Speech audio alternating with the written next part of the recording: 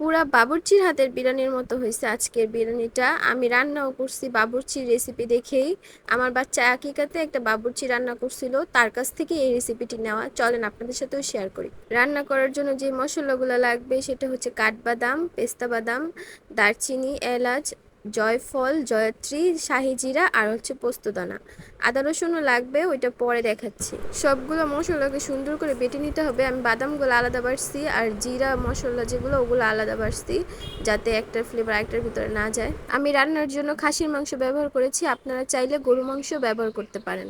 এবার একটা একটা করে উপকরণ দিয়ে দিব। সবার ফার্স্টে দিয়ে দিব হচ্ছে বাদাম বাটা, তারপর হচ্ছে আদা রসুন বাটা, আর যে বিরিয়ানির মশলাটা বাড়ছিলাম তারপর দিলাম সেইটা, আর শাহি জিরা দিয়ে দিলাম, গুঁড়ো দুধ, পেঁয়াজ কুচি আর টমেটোর সস। পরিমাণ মতো লবণ দিলাম, দিলাম শুকনো মরিচের গুঁড়া, আর বেশি করে তেল দিব।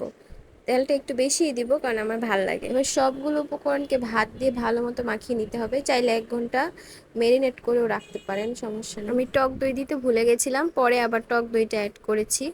আবার টক দইটা ভালো মতো মশলার সাথে মাখিয়ে বসিয়ে দিলাম চুলার উপর। এবার মাংসটাকে ভালো মতো কষিয়ে নেব। মাংস থেকে যে পানিটা বের হবে সেই পানিটা দিয়ে মাংসটা সিদ্ধ হবে। মাংসও সিদ্ধ হয়ে গেছে, সাথে মশলার তেলও বের হয়ে গেছে। এবার পোলাওটা প্রসেস করে দিয়ে দিব। আরেকটা কড়াইতে দিয়ে দিলাম তেল, তারপর দিয়ে দিব 2টা তেজপাতা আর অনেকগুলা ঘি। দিয়ে পোলার চালটা ঢেলে ভালো মতো পোলাও চালটা ভেজে নিতে হবে। ভাজা হয়ে গেলে দিয়ে দিব মাংসগুলা।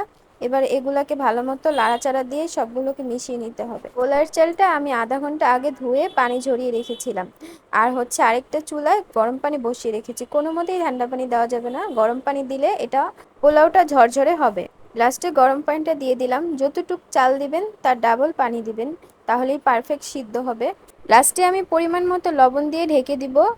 তারপর বলক আসার পর লাড়াচাড়া দিয়ে দিব।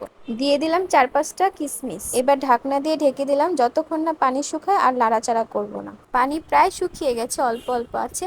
এখন আরেকটা চুলায় আমি দমে বসিয়ে দিলাম। অবশ্যই নিচে আরেকটা তাওয়া দিতে হবে, তাহলে আর পুড়া লাগবে না। উপর দিয়ে আলু বোখারা, ঘি আর কেওড়ার জল দিয়ে ঢেকে রাখবো কতক্ষণ। এবার তৈরি হয়ে যাবে মজার মজার বিরিয়ানি। তোমরা চাইলে বাসায় একবার ট্রাই করতে পারো, আসলেই অনেক খেতে মজা হয়।